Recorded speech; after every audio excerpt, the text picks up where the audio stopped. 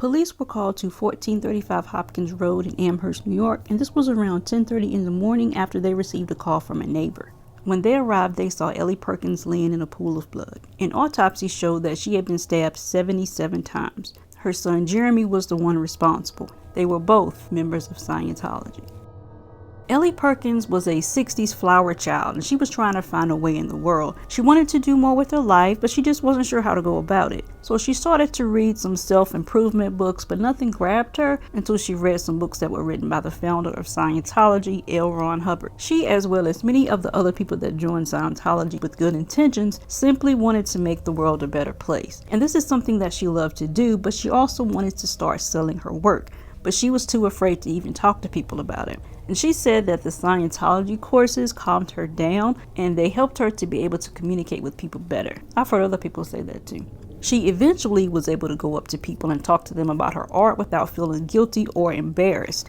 After years of being a Scientologist, she made it to OT5, or Operating Thinking Level 5, and this is the level that Leah Remini made it to before she left Scientology. Now, by this point, you've spent hundreds of thousands of dollars on courses and materials. And these sessions can be extremely expensive, they can be stressful, and they're very tiring, and it's also like being interrogated. Ellie was a senior auditor in the Church of Scientology. Auditing is counseling in Scientology, even though they don't believe in therapy. They use something called an e-meter or electrocyclometer. These audit sessions, also called intensives, cost hundreds of dollars per hour. They also believe that Scientology can cure you of any and everything. You're told that you are a spiritual being and you're basically reincarnated over and over again. So they don't put much value in family or interpersonal relationships. Families are called a false dynamic. No spiritual being is the mother or father of another spiritual being. The head of Scientology's own father had to call him sir. His father got him involved in the church in the 70s, but his father, Ron Miscavige, left in 2012. Scientology is a snitching culture. It's a belief system that destroys families. Disconnection is a deterrent that they use, and it's a horrible form of control. You do not have free will in the church. Disconnection is a way of shunning those that leave the church. It doesn't matter if it's your parent, a sibling, your spouse, etc. A family member could die or be deathly ill and you wouldn't even know about it. When a person does decide to leave the church and they have family members still in the church, you'll probably be all on your own. They'll probably never talk to you again. You basically cease to exist. L. Hubbard believed that everything that happens to you is your fault, and this is regardless of what it is. In his mid-20s, Ellie's son Jeremy told his father that he was hearing voices, and because of Scientologists' hatred of psychiatry, instead of getting their son some help, they sent Jeremy to join the Sea Org in Los Angeles. It's called the Sea Org because it was started while L. Hubbard was at sea. He ran Scientology from his yacht that was named Apollo with a crew of young people that were helping him. Around the year 2000, Jeremy signed his billion-year Sea Org contract and he flew out to California where it's located. Now, because Scientologists believe in reincarnation, the contract that Jeremy signed was for this life, his future lives, all the way through a billion years. His life then belonged to the organization and his free will disappeared. Sea Org members dedicate their life to working for the Church of Scientology. They earn about $50 a week. After 3 months, he was rejected and he was sent home due to his mental condition. But they were told that the Sea Org would fix the problem. Obviously, it didn't. Scientologists are extremely anti-psychiatry. This belief comes from L. Hubbard, of course. In 1950, the American Psychological Association advised its members against using Hubbard's techniques, and leading psychologists spoke out against Dianetics. From that point on, he was on the warpath. Scientologists believe that psychiatry is the sole cause for any societal decline, and it's the driving force behind all negative conditions that we see in the world. They see psychiatry as nothing more than a tool to enslave and control populations.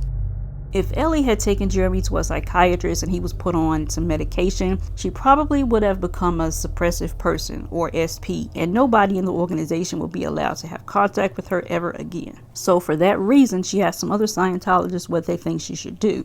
2002, Jeremy's mental health had declined so badly that he was no longer able to work for his father. The church went on to label him a level 3 potential trouble source, and he was banned from future Scientology courses. Ellie kept on with the auditing because she believed that it would eventually cure her son. And she, like pretty much all Scientologists, believed every single word that L. Ron Hubbard ever wrote or spoke. The osteopath told her that Jeremy was suffering from digestive problems due to chemical toxins and he was given some energized vitamins. Ellie forced Jeremy to take the vitamins every day, and because he was getting more and more paranoid because of his mental state, he started to believe that his mother was out to get him. He believed that the vitamins were poison. In 2002, Jeremy was arrested for trespassing. They said that he was wandering around outside of the University of Buffalo, and he said that he was hearing the voice of a Roman goddess named Diana. He was put in a holding center for 2 weeks, and at this point he was declining fast. Ellie was extremely adamant about Jeremy not getting a psych evaluation because of her religious beliefs.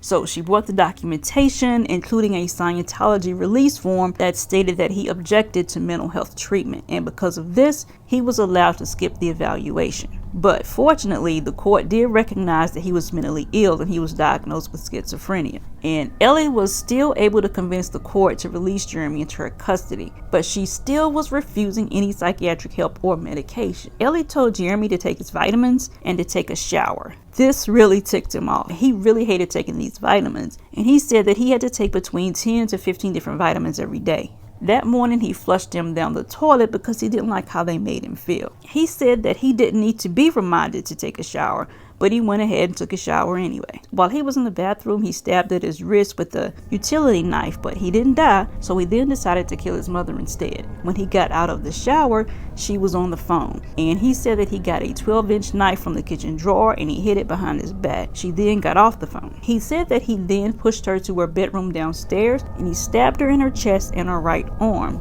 He stabbed her about 4 or 5 times before she fell down. He then stabbed her in the stomach about 10 times. He said that he knew that she was going at this point. He said that Ellie's eyes were evil and that her eyes needed to be removed, but he tried to remove the right eye, but it wouldn't come out. At first, Jeremy told the police that everything was fine. He said that his mom was busy and that he wasn't dressed, so neither of them could come outside.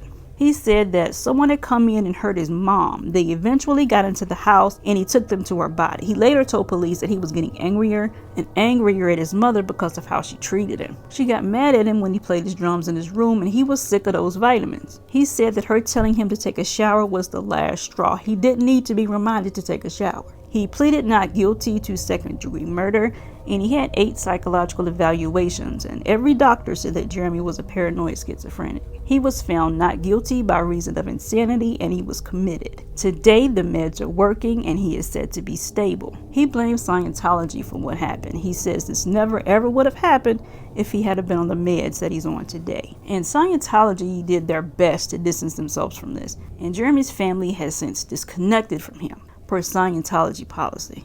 Some of these people in Scientology can be extremely evil. What makes it so frustrating is that they think that what they're doing is for the good of all. It's almost impossible to get someone to stop doing something that they think is saving the world. Ellie's murder was on L. Ron Hubbard's birthday.